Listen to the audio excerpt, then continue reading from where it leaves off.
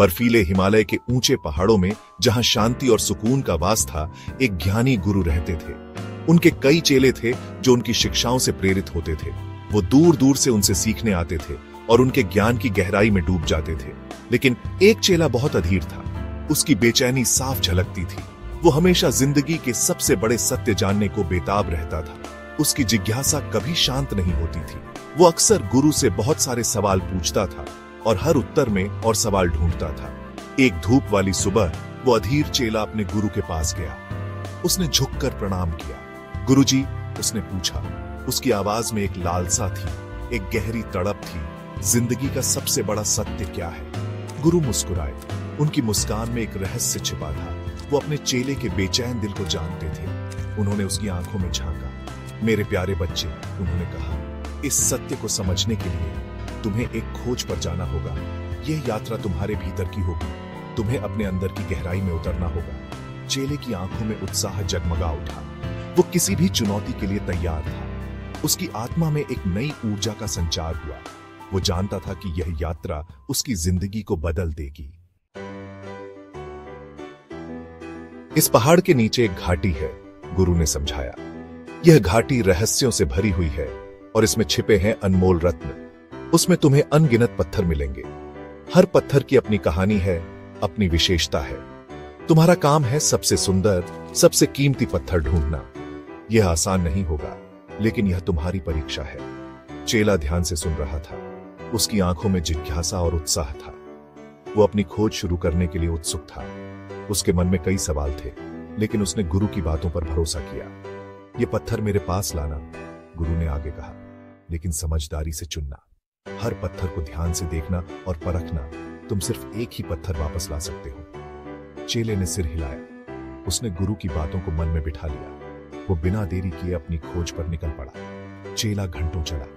रास्ते में उसने कई कठिनाइयों का सामना किया। घाटी सचमुच हर आकार और प्रकार के पत्थरों से भरी थी। हर पत्थर में कुछ खास था। कुछ धूप में चमक रहे थे, जैसे वे किसी रहस्य को छिपा रहे हों, तो कुछ बेरंग और धूसर थे। उसने कुछ पत्थर उठाए, उन्हें ध्यान से देखा।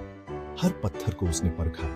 उसने उन्हें जल्दी से फेंक दिया, क्योंकि वे उसकी खोज के लायक नहीं थे।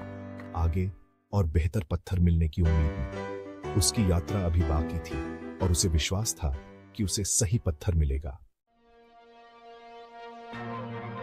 जैसे ही सूरज डूबने लगा, चेले को एहसास हुआ कि उसने एक भी पत्थर नहीं चुना था।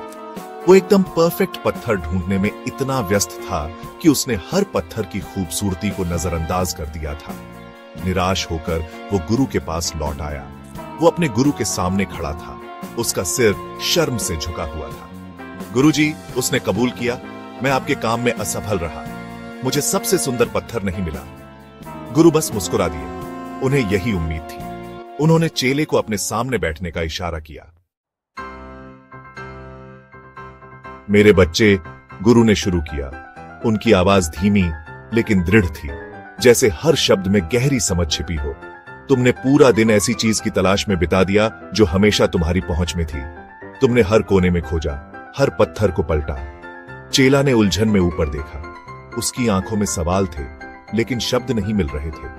ये घाटी जिंदगी की तरह है, गुरु ने धैर्यपूर्वक समझाया। हर मोड़ पर एक नया अनुभव, हर कदम पर एक नई सीख। ये पलों, अनुभवों, अवसरों से भरी है। हर पल एक उपहार है, हर अनुभव एक कहानी। हमेशा कुछ बेहतर, कुछ ज्यादा की तलाश में, गुरु ने आगे कहा। तुम वर्तमान क्षण की खूबसूरती को खो देते हो। तुम वर्तमान क्षण की खूबसूरती को खो देते हो। जो तुम्हारे पास पहले से है, उसकी कद्र करना भूल जाते हो। जो तुम्हारे पास पहले से है, उसकी कद्र करना भूल जाते हो। हर दिन एक नई शुरुआत है, हर क्षण एक नई संभावना। चेला ध्यान से सुन रहा था।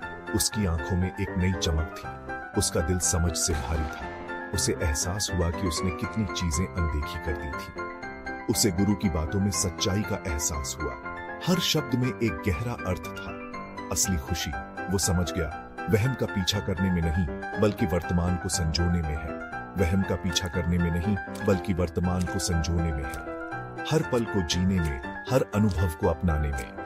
वो आखिरकार जिंदगी के सबसे बड़े सत्य को समझ गया, संतोष। संतोष ही असली खुशी है और यही जीवन का सबसे बड़ा सत्य है।